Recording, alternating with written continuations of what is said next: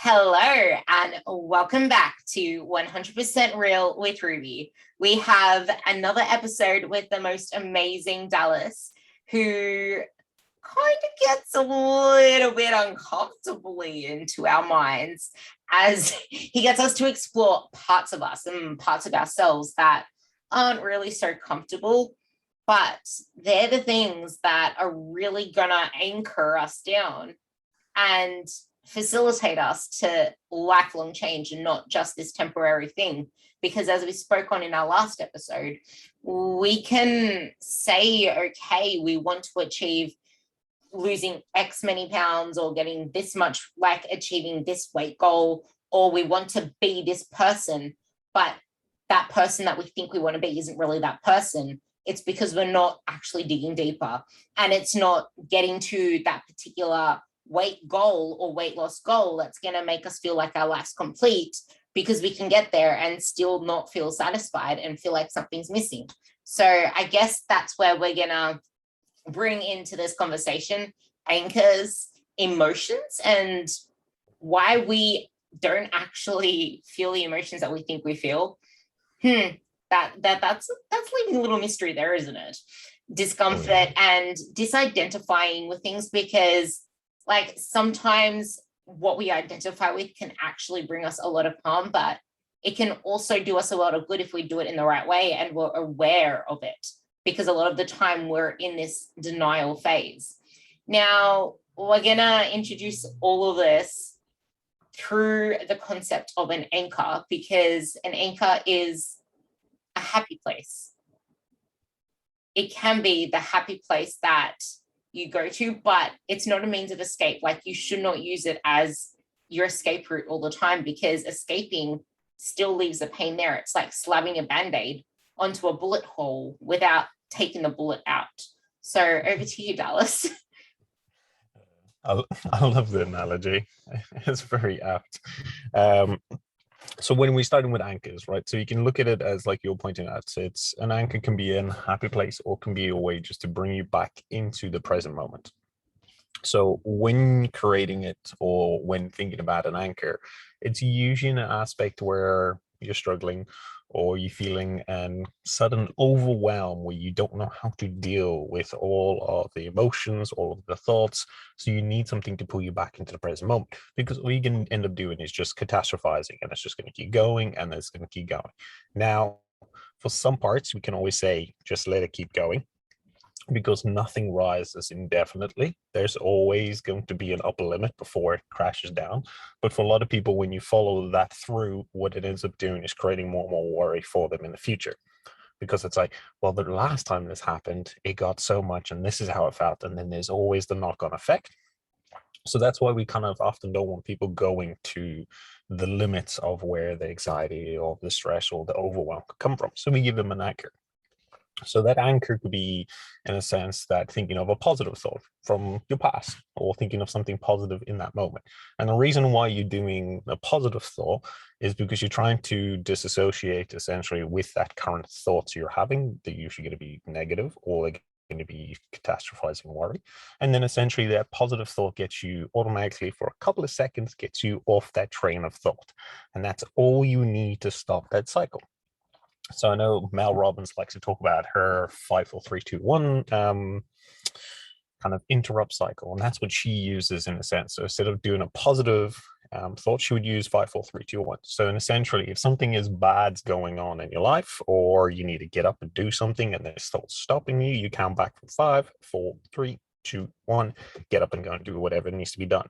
But even that 5, 4, 3, 2, 1, if you're actually counting it in your head, what's effectively doing is changing how you think about something. And the reason behind that is when you're either engaged in trying to breathe through your nose and actually follow your breath, or count in your head, you are changing essentially the systems, put that in inverted comma, because it's all technically one system, but inverted comma, your system on how you think, right? So when you're counting, if you want to try and think about this, if you count in your head and try and have a conversation or truly think while trying to count backwards, it ain't happening. all of your attention has to go to that part of the brain in order to do the task at hand, which is counting backwards or fully being aware of your breath. So that's why breath practice is used as an anchor, but also counting backwards can be an anchor as long as positive thought. So if you're using, say, a breath anchor, effectively what you want to do is you want to be either be sitting or standing. It's your choice, but something that gets you comfortable. Deep breath in. But the difference is when you're taking that deep breath in, it's like you want to be able to feel not only the seat beneath you, the floor beneath you, but you also want to take in your surroundings.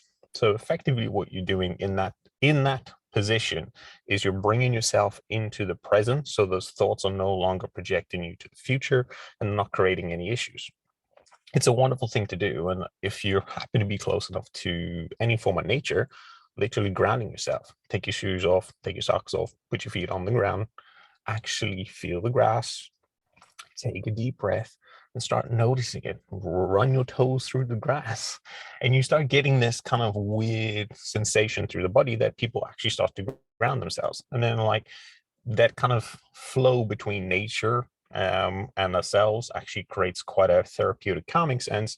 And then we can carry on with dealing with whatever thoughts came up in a more positive tone compared to being in a state where we're hyper aroused. And when we're hyper aroused, we don't do anything good except for create problems. I do want to bring a little, I guess, human touch to this, because this might seem all airy fairy and voodoo magic, but like it really does if you're just sitting there passively taking this in, especially if you've been so strong most of your life. And because I deal with a lot of people that go through this, and I myself love running my feet through the grass, but if you don't actually let yourself be submissive, like let yourself be submissive to the process, because you can do it but not allow like the actual effects of it to take place, because it's like, yeah, I'm doing it, cool, my feet, I don't have any shoes on, cool, I feel the grass, yeah, whatever. Like if you're going to be so back slappingly stubborn in your own head, you're not gonna move from where you are. You really are not. And it is so easy when you like look around us. We're such a materialistic society. We are so strong regardless. We don't even realize that we're stressed out most of the time. As soon as we try to calm down, or if we want to take any time to ourselves, we dismiss it like, no, there's better things to do. No, I don't have time to do this for myself because blah, blah, blah. Or you just make all these excuses in your head to not actually do the thing that you need to do to put you into a better place. And the biggest thing, and I guess the biggest statement that you can say to yourself is, no, I'm going to do this for me, because if I feel better, then I'm going to portray that to other people. If I feel better, then everyone else around me is going to see that. They're going to feel that. I'm going to be a better person to them. And because of that, they're going to benefit. Because if you're always highly strung out, you're not performing from a peak place. And yeah, cool. It means like, that's fine. You're still functioning. You can still function like that until you can't. There's going to be a time and place where it all just bottles up because that cork is still in. And if you do not let that cork come out, it's going to explode. Because everything that Dallas is saying, like the grounding especially, is something that, like, out of all of that, most of that would not work for me except the grounding. So you need to find what works for you. There is no way on earth that you're going to find me meditating. That is something I do not do, and it doesn't work for me. Grounding does, because I'm a physical touch person. I need to be physically touching something. And my feet in the grass, my feet in the sand, my feet feeling the textures through my toes, I call it the body scan. You're telling your body that you are safe where you are right now. And your mind is sensing that it's in danger. But if you are actually passing this, like, what's the nervous system? It's messages, it's chemical messages. And now you're giving the physical messages to your brain. And Dallas talks all the time about boundaries, but sometimes you need to set some boundaries on yourself. Oh, yes. But I think it's also touching on that same topic, it's like that body scan. It's one of the biggest things that I try to get majority of the clients to do is ask themselves, what do I need? And everyone's like, oh, well, I need this. I'm like, no, no, no, no, no, no, no. That's not the same thing.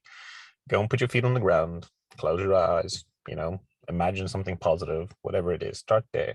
Then I want you to ask your body, not your head, your body. What does the body need? What does the body want? What does the heart need? And that internal aspect, what you're trying to ask yourself, is now giving you an understanding. There are going to be sensations rising in the body that can give you an understanding of what is needed. But we often ignore them. So it's like, we're like, oh, yeah, no, I've got work to do. I've got work to do. Enough caffeine and I can get through it 100%. But sit there with your feet grounded, or even just sit there and ask the question, what does my body need? Gives you a whole different insight into what you need to do as a person. And then you can ask, what do I need? Do I need to be safe? Do I need to be seen? Is my self-worth low and that's why I'm feeling this way? Or what is actually occurring? And it's usually always going to come down to a self-worth problem. It's going to come down to essentially not being seen, not being safe. And that's a big thing for a lot of people. When they get criticized in a certain situation, say amongst friends, they automatically get a hyper aroused. It's because now they don't feel safe in their friend group. And it's like, so if you check in on yourself and be like, hey, like, what am I looking for here at the moment? Is because I'm actually feeling unsafe? And the person's like, yeah, well, they criticize me. I don't feel safe here. And I was like, was that criticism meant as actual criticism, or was it just a passing comment? Because it's often the reaction to what occurs that's the problem. It's not actually the content or what was said or how you see things. It's your reaction that determines your outcome.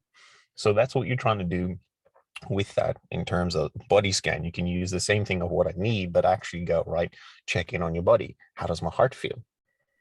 What have I noticed with my blood pressure? Is my heart beating faster?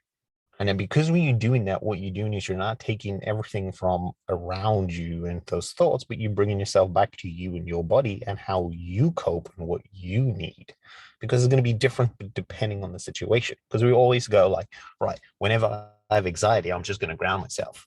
It's like, cool, but what happened if it is not anxiety? What if there's something else there? What happened if you just momentarily trying to ground yourself and it's not actually what you need to do? You actually need to let out the emotion. You need to have a conversation about it. And that ends up becoming a thing where we always need to be, in a sense, a little bit proactive instead of a bit reactive, in a sense. We're always waiting for something to blow up and then go, right, what can I do once it's blown up? If we feel something occurring, now we go, right, what's the proactive nature to this? What does the body need?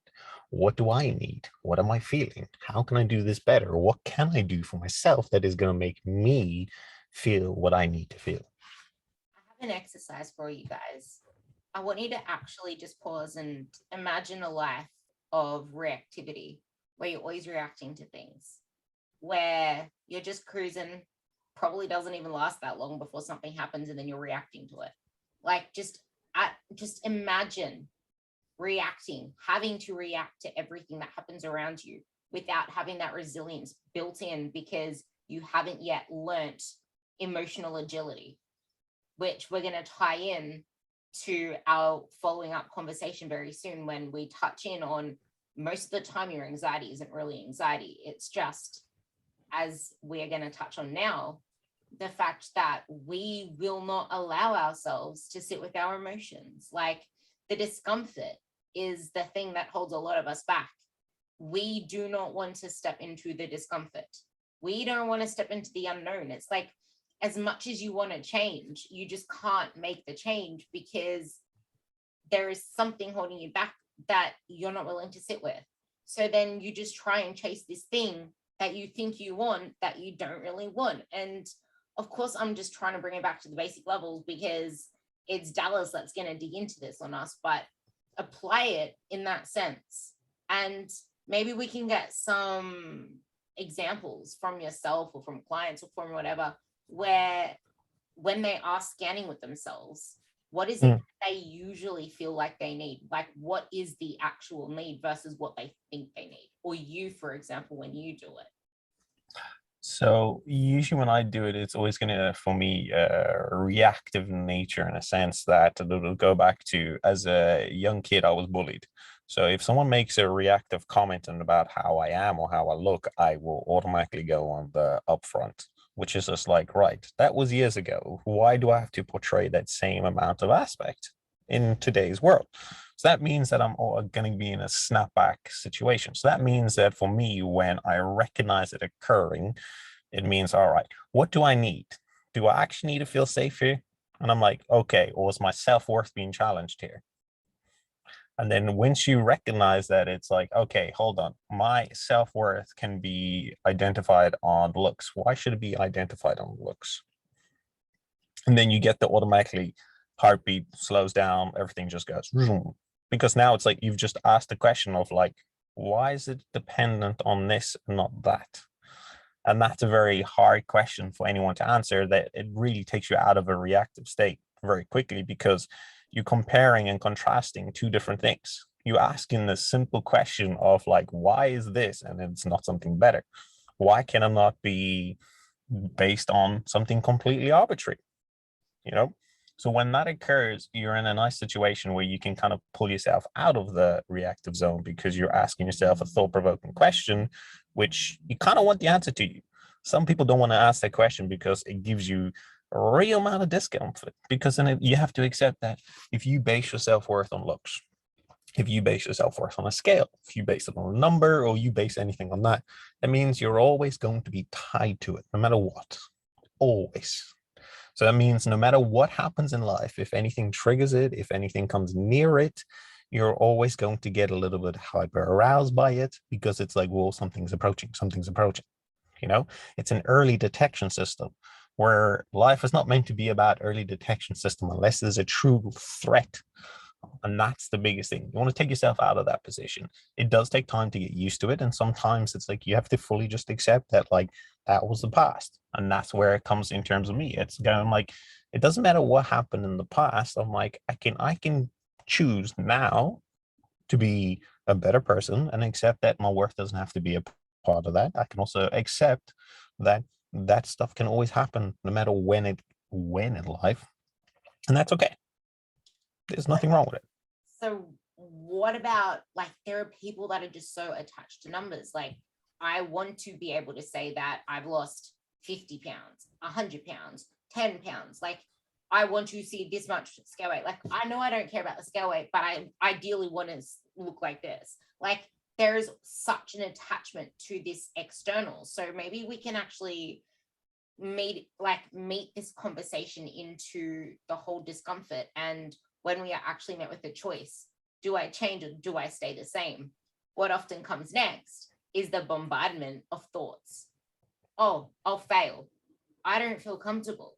It's not going to work for me. I've tried and I failed a million times before. It's just going to be the same. So then you go back to that place of comfort of, I just want to lose this much weight. But this is where that anxiety, that fear, that uncertainty comes in. But, oh, I'll fail. Nah, I'll feel uncomfortable. Like, those same thoughts just keep coming up. And because we don't want to sit with that pain or detach ourselves from it, disidentify from this number, it's like the only thing that we can really attach to. Yes, it's also like people find it hard to disidentify for, because one, it's trying to understand. I know, like Eckhart Tolle talks about it. Like a lot of psychoanalysis goes through a similar aspect as well. That is, you as a person and the conscious and yourself are all different entities, if you want to think about it that way.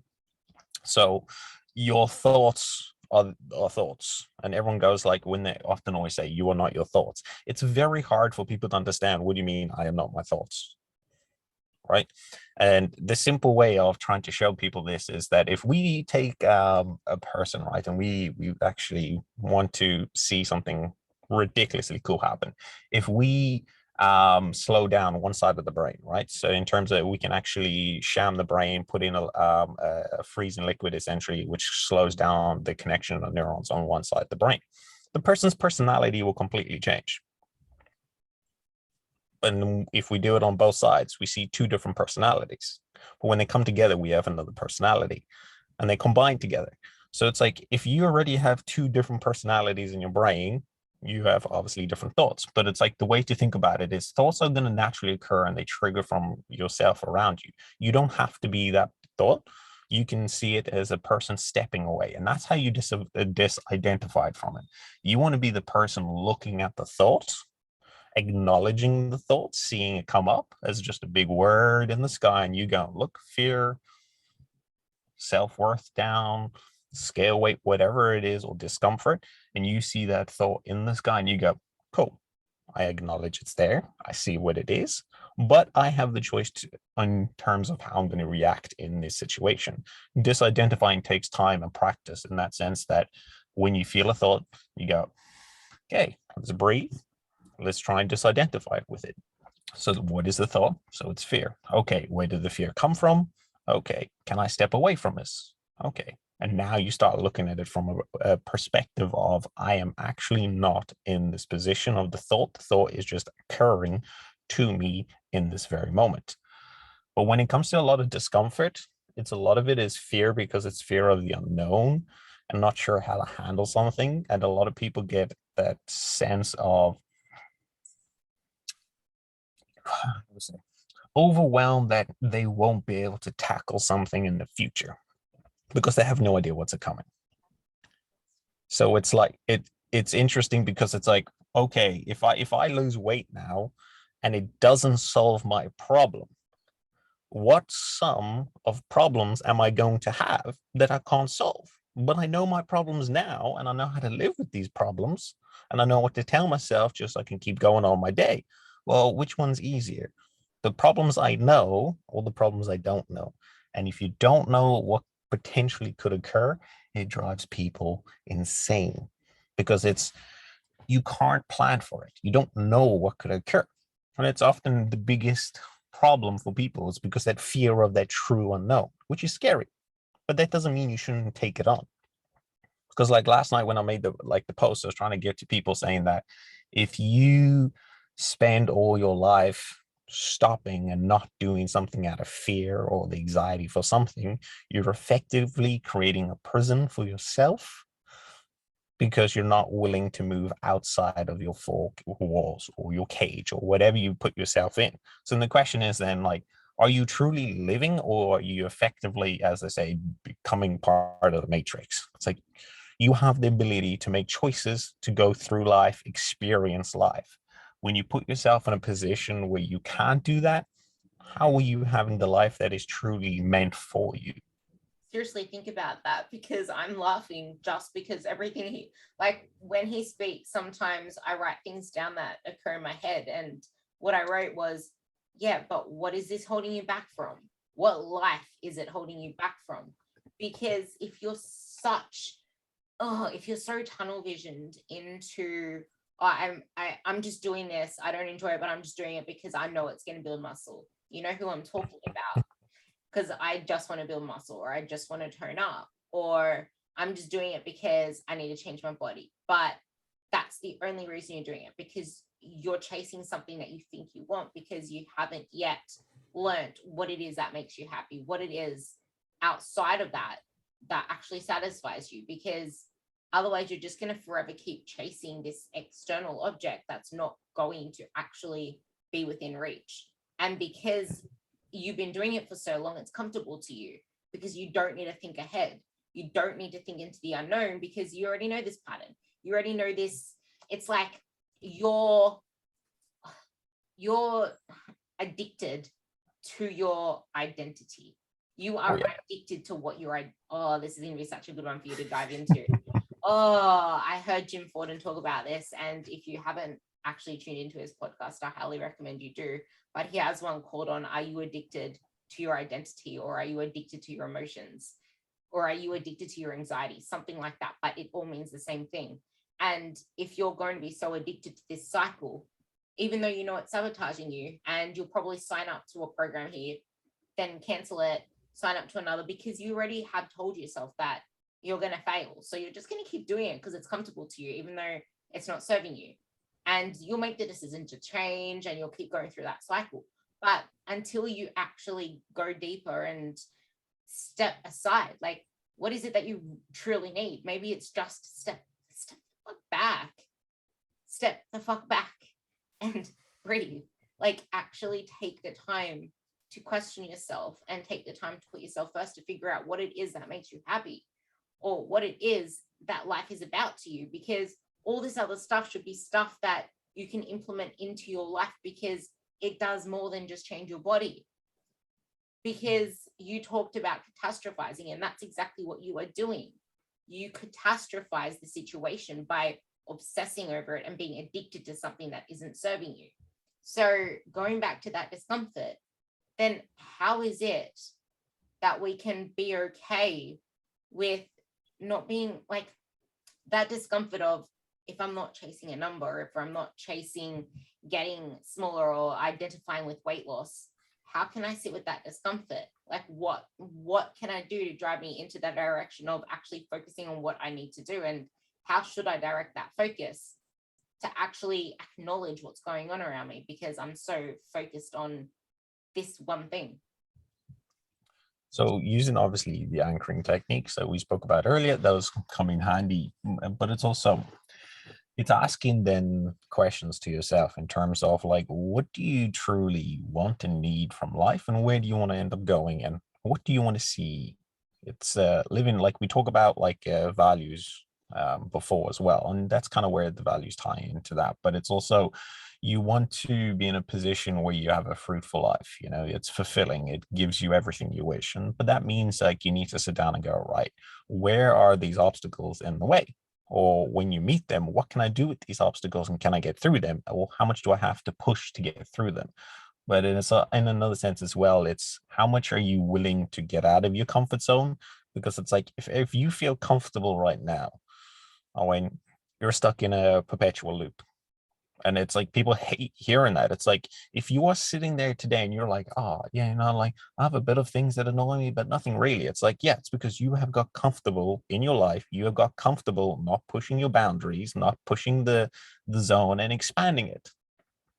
And it's like, so that means you need to step out. So that means you can do it in so many different ways, and just going, right, I'm going to pick something completely new and try something. Or I'm going to have a hard conversation with someone and see where it goes. But it also, it's like looking and going, where are your current obstacles, and where do things that you're, or should I say, where in your life do you experience that, you know, you kind of don't want to go down there, that kind of like, get a little bit of heightened anxiety to it, or I get a bit of a response like, no, I don't want to do that. Cool, now go do it. And people are like, yeah, but like it doesn't take me to my goal. And it's just like, we often make goals based on status and what we get in return from the people around us, not actually based on what we need or what we want. And that's why usually when people step on the scale and going, yeah, I want a number. It's like, you want a number because you want someone giving you gratification. You want someone actually be giving you attention, because no one gave you attention. And people don't like hearing that. You want people to look at you and go, oh my God, I can't believe you're so thin. You're so this. It's like, it's never for you. Almost like if it was for you, you would have spent the time working on in terms of the connections you have, the time you have with people, how you can enjoy your own company, how you can actually have the most fulfilling life. So it's like, you need to be able to understand that a lot of those goals that initially when we create without us realizing it is based on perception of somebody else. We want somebody else to give us the glory, because we won't give ourselves the own glory. We won't appreciate ourselves unless someone else appreciates us. But then it's like, how are you meant to appreciate someone if you can't appreciate yourself? It's the simple, if the glass is empty, how are you pouring from the glass? So it's like, push yourself out of comfort zone, but also look at the fear and find where fear is in your life and go, right, is this fear because I'm unsure of what is coming? Or is this a natural fear for something that is not good for me? And everyone always goes, it's not good for me. And you're like, right, so try something ever so slightly, see how it feels. If you get a massive over response and you feel that's a problem, wait with it, try a little bit again next time. If it really is a true fear response, I went, it's really going to take a long time to dissipate.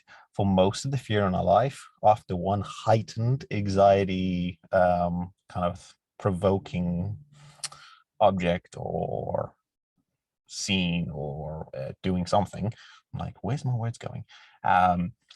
you would end up seeing quite a reduction in anxiety straight after, which is like, so it wasn't fear, it was just you catastrophizing what's occurring. But then it also, you could sit down and go, such a big thing. yeah, oh, everyone makes everything bigger than it really needs to be. It's like, if you, another way of doing it is, if a friend came to you asking for advice, what would the advice you give them? And turn that, then whatever advice you would give, turn that on yourself then and use it. And people, and you're like, if you happen to be the person always giving advice to people, it's like, often you're not the one taking advice. It's time for you to take your own advice. So it's like looking from that same scenario going, if someone came to you in your same position and was like, I want to make my life better, and you were like, right, you need to do X, Y, Z, then the question is, how come you're not doing X, Y, Z? So it's another way to push you out. What would you say when people experience guilt when they're actually going through this process? Because guilt is such a big thing that a lot of women like feel, especially when they're trying to do what they really need. It's like they have that comfort of what they want. They have, like, they already know what they're doing is allowing them to function in a way, because they don't have to experience the guilt associated with doing anything else. Like, the guilt can be attached to kids, to anything else. Even with themselves, they'll feel guilty because now they're not identifying with what they used to identify with. Like, that is such a big thing that I think you should really dig into, because I would say the icing on the cake of all of this is the guilt, or actually the cake itself.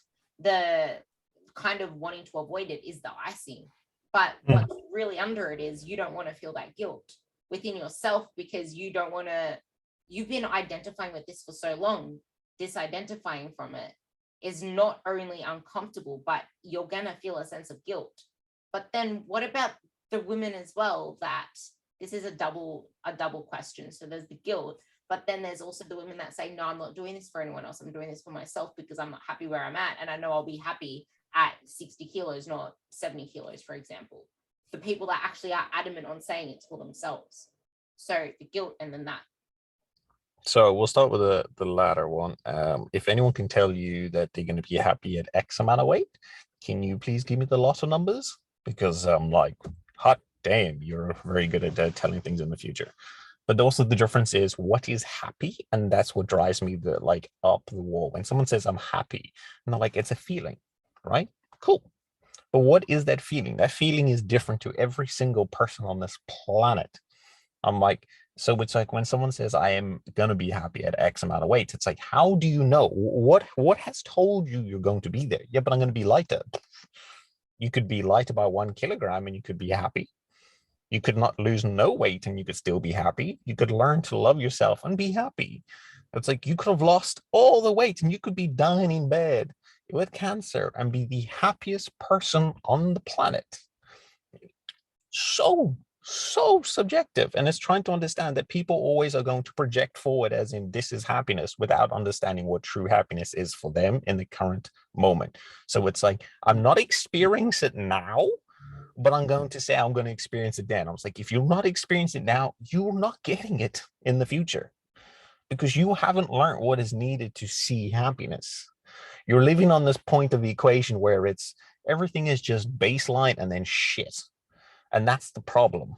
It's like you need to overcome that aspect and realize that happiness is something you create. It's something you go out and actually enjoy. It's being a part of things. It's having the people around you. It's also being confident in yourself and loving who you are and what you are. And everyone always goes like, no, this is not possible. And it's like, yeah, we have studies to show that you can take dying patients and they're some of the happiest people on the world.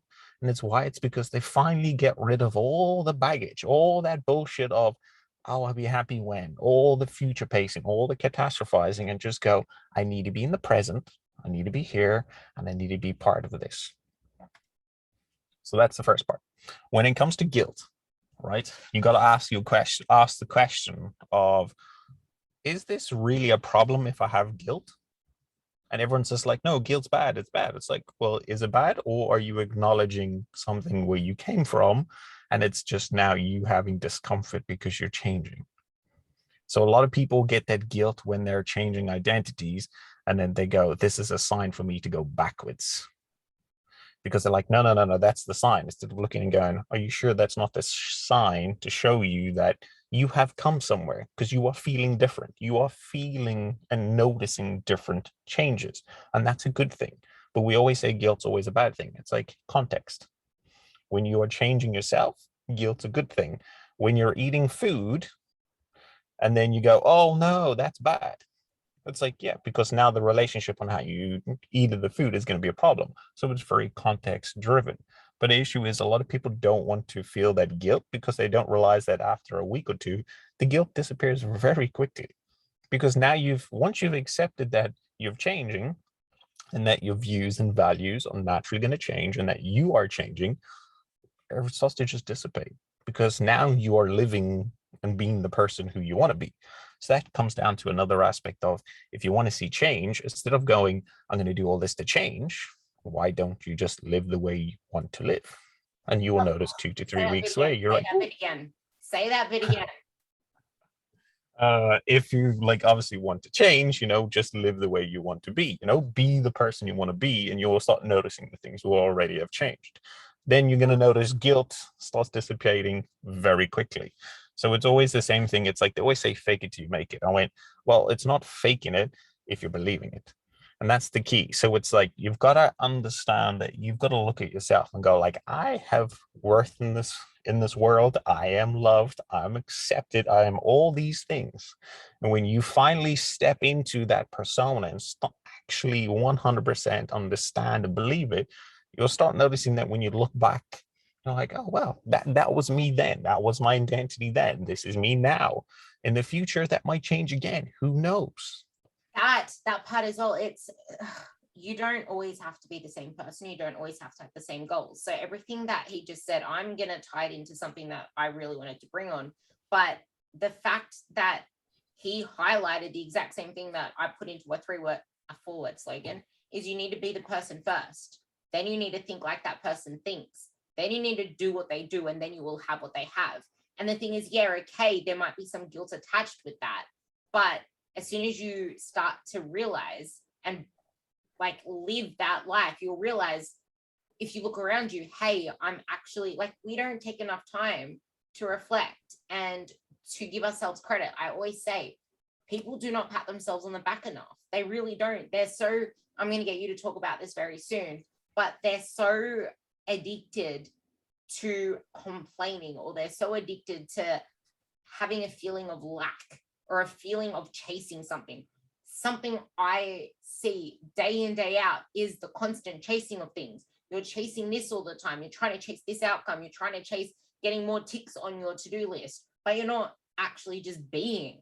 Everyone's trying to do this, do that, have this, have that. How about just be?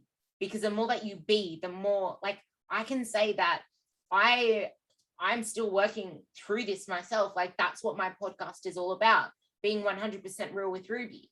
And if I can talk about a bit from my past, when I was in comp prep, I was chasing that scale going down because that's what my coach wanted. Even though now even my comp prep girls, I hardly ever get them to weigh themselves unless they need to weigh in for a comp, because I don't give a shit what they weigh. Like, yeah, it's telling me they're losing weight, but they're not weighing you on stage. All I want to know is that you are doing everything that I prescribe you. And I tell my girls as well, it triggers me when all they focus on is the outcome. Because if you focus on the outcome, you are going to get jack shit, because what you are trying to focus on is just that end number, that end goal, whatever the fuck it is. But that's not giving any context to how you get there. You need to break it down into action steps. What's the next actionable step? Then what is it that you need to do to get to the outcome? Because if you focus ruthlessly on those process steps and do them consistently, you are going to get the outcome. So I don't give a shit what my comp prep girls weigh, because that tells me jack shit. I need to know they're doing the process. If I don't know they're doing the process, I don't know what the outcome's going to be. The outcome isn't the marking points of I'm doing this, I'm doing that, because that's still not telling me the process. Because then if something happens that isn't going to plan, and then we come back to, okay, what's happening in the process, and that hasn't been computing, well, fuck, where did that go wrong in the first place? They're like, that's the thing. And the process. Yeah. No, and it's just like, it's turn the process into the goal. That's what you want. It's not the goal is the goal. It's the process. It's the step you take and how you get there that changes everything. It's like, and that's what people don't realize. It's like, you know, you don't just teleport yourself to a new destination. It's the fact that you taken those progressive steps. It's what you've seen, experienced, and learned along the way. And we do this through everything in life. Mindgasm. Sorry, girls, you're going to be hearing me, or guys, whoever listens to this one, you're going to be hearing me say a new word. Teleport. That is my new word. Okay, so I did a post today where it's like, okay, so if I'm going to use that word right now, if you teleport to the future, give it a few days, just literally say 2 days away, you're teleporting into 2 days time, and you magically step on the scale, the number is there that you wanted to see, it went down, but nothing else in your life changed. Ask yourself the questions. How do you feel right now? What is it that makes you happy? What is it that you enjoy doing? What does a day in your life look like? A week in your life? How do you feel about that? You shouldn't be doing any thinking right now. Like, you literally do not need to think, because that is your life right now, just with a different number on the scale. Like, literally think about that. Now, I want to read out. Yeah, that's powerful. I had that thought while I was on my bike this morning, and I forgot how great my thoughts are when I actually let myself think while I'm on the bike or when I'm walking. It's like that. It's that neurons that fire together, wire together. I'm going to read out something that Stefan posted. Dallas, I like calling him Dallas, posted, because it's going to sum up everything that he just said to lead into the next part that I want him to dive into. And that's, the more you are willing to actually face that discomfort, the sooner it actually begins to subside, because you're facing it, you're lessening that reaction. By taking these steps, you are empowering yourself for change. Whenever you confront your fear, you gain power. And that fear, that anxiety, that feeling, it's losing strength because you're facing it. It's almost like thinking about Harry Potter facing Dumbledore. I mean, not Dumbledore, facing Voldemort. It's like it lessens. And it's almost like when they did the wand things, they met each other. But the longer that the power struck, the more powerful Harry Potter's became, because he was not more powerful, but he was internally more powerful. He was a good soul. I only just thought of this analogy now, but oh my God, that's powerful if you love Harry Potter like me. But then bring in the friends as well, like Ron and Hermione. You have not only the internal power, but you also have the support that is needed, and that is a key. Everyone needs support, everyone needs to be loved, and everyone needs to be cherished. You need your tribe. All that. You really do. And I did a post in my story, you'll probably see it when you go through them, but the power of community is strong. Without community, it's actually one of the leading, there are a few leading causes of depression, and lack of community is one of them. It really is. And that's why I try to get so many of my girls to actually pay participation in the group and to surround themselves with people that are actually on their level, because a lot of the time we don't have that around us. People do not get us. And it's until we become so sure in ourselves that we actually start to see it around us physically too. And that's the power of communities, like the power of them and the power of just Harry's pure intentions, and the fact that he, like, it's almost like when you work on yourself, you will have that power because you have everything you need within you. It's almost like our last conversation. At the moment, they're just resources, but they can become qualities if you allow them to be. And you can only make them qualities if you dig into your values and you know what you truly want, and you disattach from what it is that's holding you back. And this is where I want you to come into it after I read the last bit that you wrote. And that's, whenever you confront your fear, you're proving to yourself that you have the ability. It's not easy, but that one step to actually just face it will set you free. And that short-term discomfort outweighs what's on the other side. And because you don't know what's on the other side, it's like, it's fearful. Like, you can see, I see this with my girls as well. They know how to get the results. They know that they can do it if they put their mind to it. But if something is happening that's stopping them, like I have a girl who achieved massive things at one point, and she's happy just cruising and sabotaging herself at the moment, even though she's not happy, but she is happy doing it because she keeps doing it. And she goes, yeah, I know I can do it because I did it before. Like, I know I can be strict with my food if I want to be, but whatever. But because of all this stupid shit going on with COVID and them constantly being put in lockdowns, it's almost like she doesn't care at the same point, at the same time. And if you like taking that, like putting that aside, because she's okay with that situation, she knows she can get control of it. But for those of you that actually want to make the change, it's almost like, yeah, I know that if I get my shit together, I can actually feel better. But now my question over to you is, they are so addicted to this identity, their identity of I'm struggling in this way, or their identity of whatever it is that you can think of. Maybe you can think of some more examples for me so people can relate to this. But how can we just move? Strangle, snap the neck. Yeah, how can we just move? So when it comes to an interesting way for dealing with addiction in a certain way is like, I hate the word detoxing or reduction or removing. So if you're addicted to a certain outcome, right, stop the outcome for 30 days. So everyone's just like, what? Yeah. Same with caffeine, same with alcohol. It literally takes you 30 days in the most part to reduce the reward system for it. So if you want to think about it based on the dopamine system, that every single time you go through a certain behavior, you're going to get a little bit of a hit from it, right? Now, when it comes to anxiety and kind of perpetrating certain identities, people set themselves up so that they can get that little bit of a hit.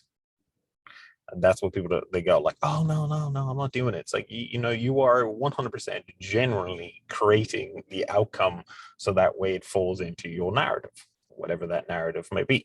So if you don't want to fall into that narrative, you need to change the narrative. And this is where it comes into the person completely changing or choosing a complete different narrative. And that's what they need to live for the next 2 to 4 weeks. And that means every single scenario they do, they go, if you're going to do X in this scenario, you need to do Y now. And that drives them insane. But after 2 to 3 weeks, they start recognizing they don't have the same emotional attachment to the narrative they have anymore, because now they've actually stepped outside of their own narrative, and so they can live a new way. So if you want to do it from gaming, exercise, food, it's the same thing that applies. Remove it for a long enough period so that way you can rewire your dopamine hits to it, but also gives you time to see a different narrative. Put the two together, whenever you now create the new narrative, you'll see you automatically get a nice bam hit of that dopamine, which everyone loves dopamine. That's really powerful. Like the narrative, it's almost like if you are the protagonist in your own story, but you're also the author of your own story. And you can dictate what happens. You can dictate when you want to change the chapter, when you want to write a new sentence, when you want to close that book and open the sequel. Like that's all within your power because you are the author. But if you're still stuck on that same narrative, that same chapter, no matter what it is that you do, it's going to fall within that chapter because you haven't yet come to a conclusion. You haven't yet like accepted the climax and try to work out that solution. And that's where we need to get comfortable with slowing down, checking ourselves and resolving it, because you will never grow until you learn to learn from those climaxes, until you learn that every single sticking point is an opportunity for growth. It's an opportunity for potential. And as soon as someone says to me, I can't believe I couldn't get through today's exercises, or that was really hard, or I struggled today, it's like, yeah, cool. We acknowledged it. Or if someone says they acknowledge a feeling of, for example, I got a girl who's trying to wean herself off alcohol because of all the negative stuff that comes with it. And every time she goes back to it, everything else falls off. Maybe we can touch on this a little so it helps people that are going through the same thing. because it could be that one thing that just sets you off. And Mm. if you don't learn from, like, if you don't, you're sitting with the emotions, but if you don't say it's okay to then dig into it and question yourselves more and ask yourself the right questions, it's going to keep reoccurring. It's going to keep reoccurring. You can't just slap a band-aid on it by going cold turkey without identifying the things underneath it, because if something spikes up again, or whatever it is in your life that increases that urge, whether it's stress, anxiety, whatever, it's going to happen again. So maybe that's a great way to tie up everything else, in using a practical example of someone who really knows that this alcohol isn't serving them any good and it's not moving them forward, because as soon as it comes into their life, everything else seems to take a back end and they're not prioritizing themselves anymore. So you can go through that same process and kind of ask in terms of yourself, like, what is it you truly need? What narrative are you playing to? What are you identifying with the alcohol? And what is the alcohol using? Or should I say, what is the alcohol giving you that you're not giving yourself? And that's a harsh thing to ask, because people don't like want to answer that one, because it's giving you something. But then, like, coming off it, like cold turkey, 2 to 4 weeks will make it less of a problem. True. But it's also interesting enough for, like, I know, which sounds absolutely absurd. Often Alcohol Anonymous want you to get addicted to the group. Yeah. And the reason for that is you're getting addicted to a community that helps you and pushes you forward, but you're not getting addicted to a substance that changes the neural wiring. I like that. You're like, oh no, because it's just like, this is the thing that holds so many people back. And this is why you will continue to struggle. I am sorry, but you will, until you just pull your finger out of your ass and act like, fake it till you make it. Actually start being a part of a group. Like, if you're one of my clients, start actually actively participating in the team chat, in the team group, in the VIP group. If you're someone that's part of something else, like whatever it is that you can connect with, where you can actually talk about struggles, talk about wins, celebrate yourself more. Stop just picking out when you're struggling, but also celebrate your wins, share them. Because until you get to that point where you can share yourselves and have that community, you're already setting yourself up for sabotage. Like, you really are, if you think about it. Because if you're not willing to voice what you are doing now that's positive, or put the voices out there for what, like, initiatives to change, you're telling yourself, I already know I'm going to fail again because I've always failed. Like, you're getting that narrative in your head. You need to start having faith that you will, but also tell yourself, what's the worst that can happen? I fall off, I get back on again. Because I say it over and over again, you are going to fail. Everybody fails. That's a given. You're going to fail because it's new. You will never get something once. Like, look at the child learning to walk. They fall over multiple times and they don't give a fuck. They just keep going. And then they can start climbing on things and trying to pick out your nose and pull your ear and pull your hair. Like, you can do so many things once you actually have gained the confidence. And like, you see a baby, they do it and then everyone cheers and then they start to cheer because there's that reciprocal reaction. That's the same as a community environment. You do something, you win, and then everyone else around you starts to clap for you, and then you actually start to clap for yourself even more, because it's like, oh my God, they're giving me claps. They clap more. It's like this, it's a chain reaction. So honestly, use that community around you and actually start to believe in yourself. Like, actually put your voice out there into a community. If you haven't yet got a community, find one. Whether it's finding a coach that has one, whether it's going and actually finding a hobby that has a community with it. The gym doesn't have a community unless you want to do group classes, but then you're sacrificing community. I mean, you're sacrificing real goals and real progress and actually making change for the community unless you do both at once. You can use the classes as cardio, but then you need to do your own strength training to get to where you want to be. It's a good way to start though. I'm not gonna take that away from group fitness. It is a great way to get your foot into the gym, but you still need to step away from that and do your own shit if you want to progress and actually see results. And if that's not going to be something, okay, go join something else. Look up online dog walker groups. Okay, maybe you can't do that with COVID around, but you can find something. It's definitely not the gym now, but online, like, I hate people bashing social media. I fucking love social media.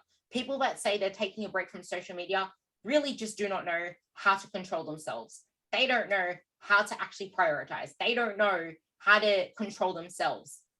It's not social media that's doing you bad. If you hate on social media because of what this person says, what that person says, it's all on you, mate. I'm sorry, but that's the harsh truth. I fucking love it. And why? Because as soon as I open my Google Chrome, the first thing that pops up, my Team Ruby group. I've made that my homepage, but I have 2 homepages. Guess what the other one is, Dallas? No idea. My chronometer. It's my chronometer. It is where I Oh, track my food. jeez. It is where I Oh, my track my lord. food. So I Oh, have 2 things there that serve me. Something where I track my food, something that is my passion. And I listened to a podcast this morning. This is a great way to tie this all up, but your passion is not your purpose and your purpose is not your passion. You can be passionate about many things that facilitate you on your way to your purpose, but that is not your purpose. And too many people do not actually know what their purpose is. They think they know. They think they know what their purpose is, but they do not know. And I thought I knew too, but it's changed. And my actions and things that I do have shown that my purpose is service. It is service. And when I do my values, there is service there. But one of the main things is security. If I know that I'm secure within myself and there's that support around me and I'm healthy, then I can go on and do my purpose.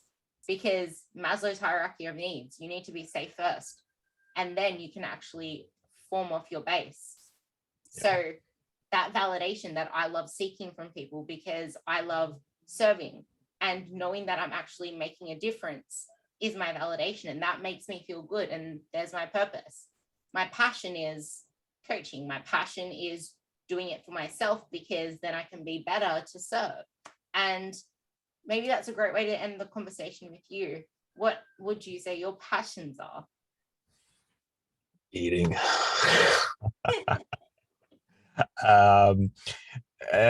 Parting of knowledge is a passion. I thoroughly love parting knowledge that allows people to go on through their lives and change things. I'm like, so it's like wherever I can find something that gives me the ability to go, right, here's this little bit of information, and that little bit of information can then become essentially the butterfly effect in a person's life. I absolutely love it, because it's just, now that person has ability to go on and help somebody else, and so forth. So that's a big passion of mine. And exercise is a passion, but like it's more of like purpose. It's pushing the understanding of what we are and who we are further than everybody else. So it's like, what can we do? For me, it's more purpose. It's like, how can we make things better? How can we take ourselves, how can we take other people and actually truly push them to the part they need to be and where they can be, and how do we help guide them along those routes? That's it. It's truly a pure thing that you act from when you know what your purpose is and where your passions actually lie. And you're not going to get it straight away. You might think that you're passionate about something, but you'll like it's we've been taught by our parents that we probably quit a lot, or like I said, this is the 100% rule with Ruby. They don't see anything wrong with it, because as parents, they're trying to encourage us, they're trying to support us. But I was always someone that I would do something, I'd do it for ages, but then I'd quit it because I wasn't like happy with it. Like, I can't remember what it was. I did violin, and then after a while I didn't give a shit about it anymore. Like, but at the same time, what we think we want has also been portrayed by our parents. So we weren't really chasing, like, that's the thing, like, that's even the case now. What we think we want now is being portrayed by everybody else around us. And we need to be okay with the fact that, okay, maybe this isn't for me. There's nothing wrong with turning the cards over and trying something else. But this is where putting your health first should not be something that's questionable. It shouldn't even be something that you disregard as a passion, because without your health, you're nothing. Like, you can see that with COVID around the world. Yep. My immune system has been rock solid for years to come. As of now, who knows what's going to happen now that there's new viruses out there. But the more that you actually put into yourselves, the better your life will be. And the better you'll know your body as well. Like, I know that the only thing that triggers my body to respond in a negative way and have reactions that it shouldn't have is when I'm in high periods of stress. Then my body reacts to everything around. Thank God I still don't get sick, but my body still responds. I get like inflammatory responses. Like my fingers will flare up. I get all that stuff. Like I'm aware of that now. But until you actually get to a place where your foundation is there, then you can't really figure out what one of your pillars are falling. So build your foundation strong. And like I said, this is 100% real with Ruby, because it is even in line with what Dallas said. We want to get the message out there for what it's truly like to live life. Because yeah, we are both human. We both still have our little struggles here and there, but we see, like, because we can see what's around us and we acknowledge things now. We are so hyper aware of the mental and physical body, the psychological and physical body, that it allows us to just be either way. And that's to me, getting people to that level of just feeling free like that is my passion. And it's Dallas's as well, I'm pretty sure. So yeah, take that with you, question yourselves better, and try to let go of the guilt attached to actually taking time for yourself for that. Because if you don't let go now, when? Okay. Love you all, and you will hear us on the next episode. Any lasting words, Dallas? Just as we invest in stocks, invest in yourself. Create a compounding interest for you. That's such a great way to end it, and we will leave it there.